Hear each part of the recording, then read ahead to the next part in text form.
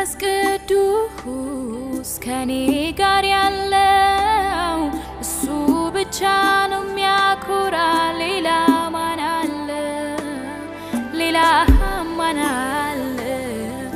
መንፈስ ቅዱስ በውስጤ